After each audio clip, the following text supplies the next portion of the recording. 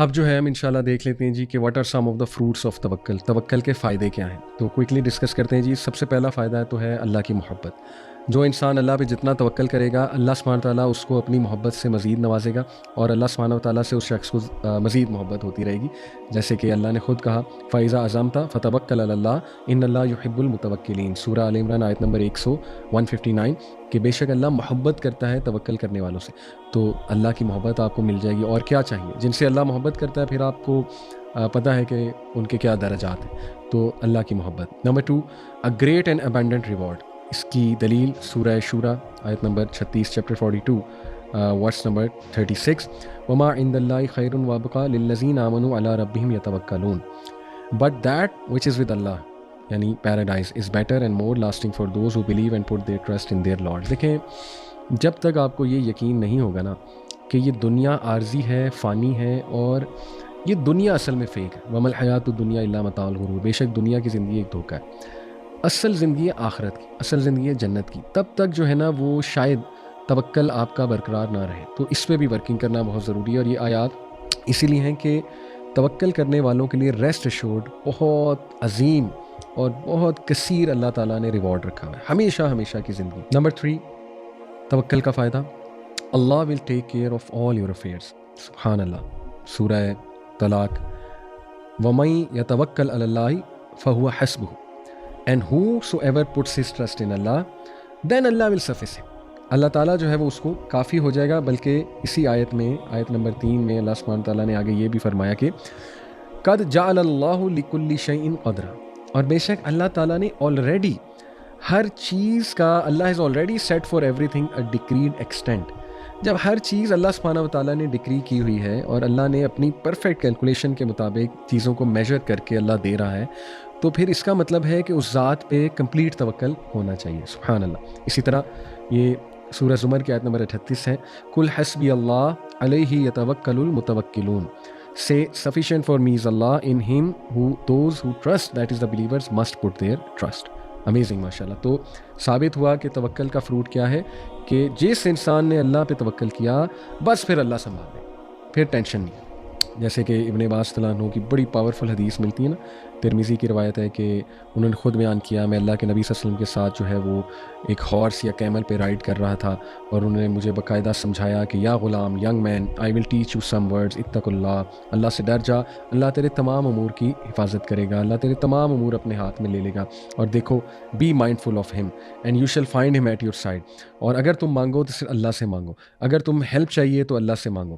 اور یہ جان لو کہ پوری دنیا تمہیں کچھ دینے کے لیے جمع ہو جائے، اچھا دینے کے لیے نہیں دے سکتی جب تک اللہ نہ چاہے، اور پوری دنیا تمہیں نقصان پہنچانے کے لیے جمع ہو جائے، نہیں نقصان پہنچا سکتی جب تک اللہ نہ چاہے. بیوٹیفل، ویری پاورفل حدیث. یہ توکل کے فروٹس ہیں. نمبر 4 از سیٹسفیکشن، کنٹینٹمنٹ. دیکھیے ابن تیمیہ رحمہ اللہ نے کہا whoever puts his trust in Allah before taking or doing any action and then he is pleased or satisfied with what is written for him after the action, he has established the servitude. And this is the meaning of the statement of Prophet sallallahu alaihi wasallam in dua al-istikhara, Allahumma inni astakhiruka bi'ilmika wastaqdiruka biqudratika was'aluka min fazlika al-azim, which means, oh Allah, I ask you of the good through your knowledge and I solicit strength from you because you have power, and I ask you of your magnificent graciousness and compassion. تو وہ بندہ اس statement پہ پورا اتر گیا کہ وہ اللہ سے جب مانگ رہا ہے اس بلیف کے ساتھ تو وہ یہ یقین بھی رکھتا ہے کہ اللہ مجھے کنٹینٹمنٹ دے دے گا. اور ایسا ہی ہوتا ہے. استخارہ کر کے اگر کچھ نہ ملے تو الحمدللہ یہ میرا بھی پرسنل تجربہ ہے کہ بندہ اس دکھ سے ریگریٹ سے باہر آ جاتا ہے، کیونکہ at the end of the day وہ کہتا ہے یار میں نے استخارہ کیا تھا، اور اللہ بھی اس کو کنٹینٹمنٹ دے دیتا ہے استخارے کے بدلے. سبحان اللہ. تو یہ توکل ہے اور تفویض ہے، وچ مینس کہ putting once trust in Allah and leaving the matter to him. تو یہ بہت خوبصورت گفٹ ہے اللہ کی طرف سے، کنٹینٹمنٹ، سیٹسفیکشن اور دل میں غنا. پھر توکل کا فائدہ، توکل از اے کی ٹو پروویژن. توکل جو ہے یہ رزق کی کنجی ہے. یہ کہاں پہ ہے؟ دیکھیے ترمذی کی حدیث ہے، میں نے آپ کو پہلے بھی سنائی تھی کہ اگر تم اللہ سبحانہ تعالیٰ پہ کمپلیٹلی ریلائی کرو گے تو بالکل اسی طرح تمہارے رزق کی ارینجمنٹ کرے گا جس طرح وہ چڑیاؤں کی کرتا ہے کہ وہ صبح نکلتی ہیں ایمٹی سٹمک کے ساتھ، گھر واپس آتی ہیں تو سٹمک فل ہوتا ہے. تو سبحان اللہ یہ فروٹس ہیں توکل کے. اللہ تعالیٰ ہمیں عمل کی توفیق دے. اب انشاءاللہ لاسٹلی کچھ زبردست پریکٹیکل سٹوریز میں آپ کے سامنے رکھتا ہوں، بہت ایمان افروز کہ ہمیں قرآن و حدیث میں کچھ سٹوریز ملتی ہیں کہ وہ لوگ جنہوں نے سبحان اللہ اللہ سبحانہ تعالیٰ کی ذات پہ توکل کیا تو اس میں انشاءاللہ سب سے پہلے تو رسول اللہ صلی اللہ علیہ وسلم کی سٹوری، سیرہ ہمارے لیے بہترین ایک سورس ہے ٹو انکریز آر توکل. دیکھیے سورہ آل عمران آیت نمبر 173 اور 174 کا اگر مطالعہ کیا جائے تو اس میں اللہ سبحانہ وتعالیٰ نے تعریف کی ہے صحابہ کی اور رسول اللہ صلی اللہ علیہ وسلم کی، اور تلقین کی ہے صحابہ کو، رسول اللہ صلی اللہ علیہ وسلم کو، اور یہ باور کرایا کہ تم لوگ ان سے نہ ڈرو، یہ جو تمہیں ڈرا رہے ہیں، بلکہ تم صرف اللہ سبحانہ وتعالیٰ سے ڈرو. اور بلکہ ہپوکریٹس انہیں ڈراتے تھے آ کے کہ جی بھاگ جاؤ، نہ مدد کرو، نہ پیسے خرچ کرو، کیا فائدہ محمد صلی اللہ علیہ وسلم کا ساتھ دینے کا. لیکن اللہ کہتے ہیں کہ ان باتوں نے انہیں انکریز ہی کیا فیتھ میں. تو وہی بات ہے کہ دیکھیں مشکل نہیں آئے گی تو فیتھ انکریز کیسے ہوگی؟ تبھی تو اللہ نظر آئے گا. ٹو بی آنیسٹ جب معاملہ جو ہے وہ ہاتھ میں ہی نہیں ہے تبھی تو اللہ سبحانہ تعالیٰ پہ یقین قائم ہوگا کہ اللہ کی ذات بھی تو ہے نا. تو کئی لوگ ہیں وہ خود بتاتے ہیں اپنی لائفز میں کہ میں نے اللہ کو پایا ہی تب جب میں کسی مشکل میں پھنسا، ادروائز تو ہیپی گو لکی لائف ہو، سب کچھ مل جائے، کوئی مصیبت نہ آئے، کوئی مشکل نہ آئے، لوگ کہاں اللہ کو یاد کریں گے؟ ٹو بی آنیسٹ ہاں اس کنڈیشن میں بھی کرنا چاہیے آئیڈیلی، لیکن بڑے کم لوگ ہیں جو اس طرح کرتے ہیں.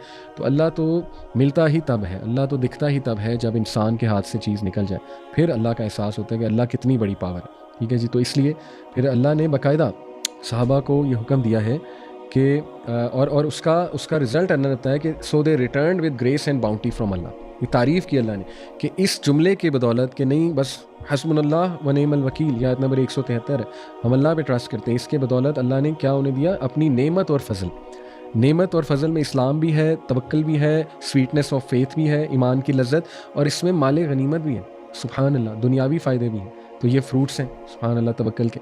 اور پھر اللہ تعالیٰ کہتا ہے نا کہ no harm touch them and they followed the good pleasure of Allah and Allah is the owner of great bounty واللہ ذو فضل عظیم. بے شک اللہ بہترین فضل دینے والا ہے. ٹھیک ہے جی. تو یہ بہت خوبصورت ہمیں غزوہ احد کے واقعے سے یہ پوری ایک سٹوری ملتی ہے کہ جب ابو سفیان جو ہے وہ بہت ہی آرمی کو گیدر کر کے لایا آفٹر دی بیٹل آف احد کی بات ہو رہی ہے، جبکہ نبی صلی اللہ علیہ وسلم نے صحابہ سے کہا تھا حسبنا اللہ و نعم الوکیل.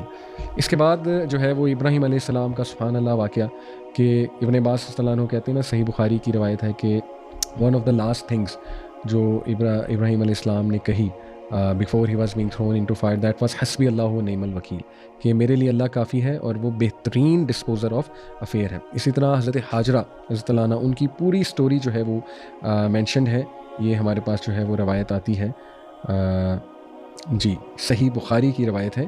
یہ میں آپ کے سامنے رکھتا ہوں کہ ابراہیم علیہ السلام brought the mother of Ismail and her son while she used to nurse him at her breast to a place near the Kaaba under a tree on the place of Zamzam at the highest place in the mosque. So during those days there was nobody in Makkah nor was there any water.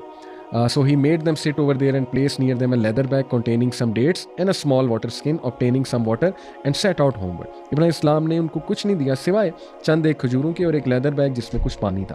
تو جب وہ جا رہے تھے تو اسماعیل اسلام کی جو mother ہے یعنی کہ اسماعیل وچ از حاجرہ علیہ السلام، انہوں نے سوال کیا ابراہیم اسلام سے کہ آپ ہمیں یہاں چھوڑ کر جا رہے ہیں اس ویلی میں جہاں نہ کوئی انسان ہے اور یہاں پہ ہم جو ہے ہمیں کوئی بھی کمپنی نہیں ملے گی، نہ ہی کچھ اور ملے گا، تو آپ کہاں جا رہے ہیں؟ تو ابراہیم السلام نے کوئی جواب نہیں دیا. تو حاجرہ علیہ السلام نے بار بار پوچھا، لیکن وہ نیک خاتون تھی، اللہ کی حکمت کو سمجھتی تھی، اپنے ہسبینڈ کے رول کو سمجھتی تھی. اس میں ہمارے لیے ایک لرننگ پوائنٹ بھی ہے کہ سبحان اللہ وہ اتنی صابرہ وائف اور خاتون تھی کہ سمجھ گئی اپنے ہسبینڈ کو رول کو.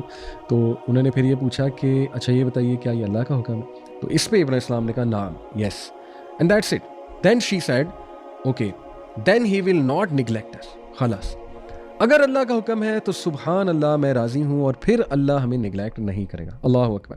بہرحال اس کے بعد جو ہے جبرائیل علیہ السلام جب انہوں نے ان سے پوچھا حاجرہ علیہ السلام سے کہ ہو آر یو، تو انہوں نے کہا آئی ایم حاجرہ علیہ السلام اور ولد ابراہیم، that is the mother of son of ابراہیم. تو جبرائیل علیہ السلام نے کہا to whom has he left you, ابراہیم تمہیں کس کے حوالے کر کے گیا ہے؟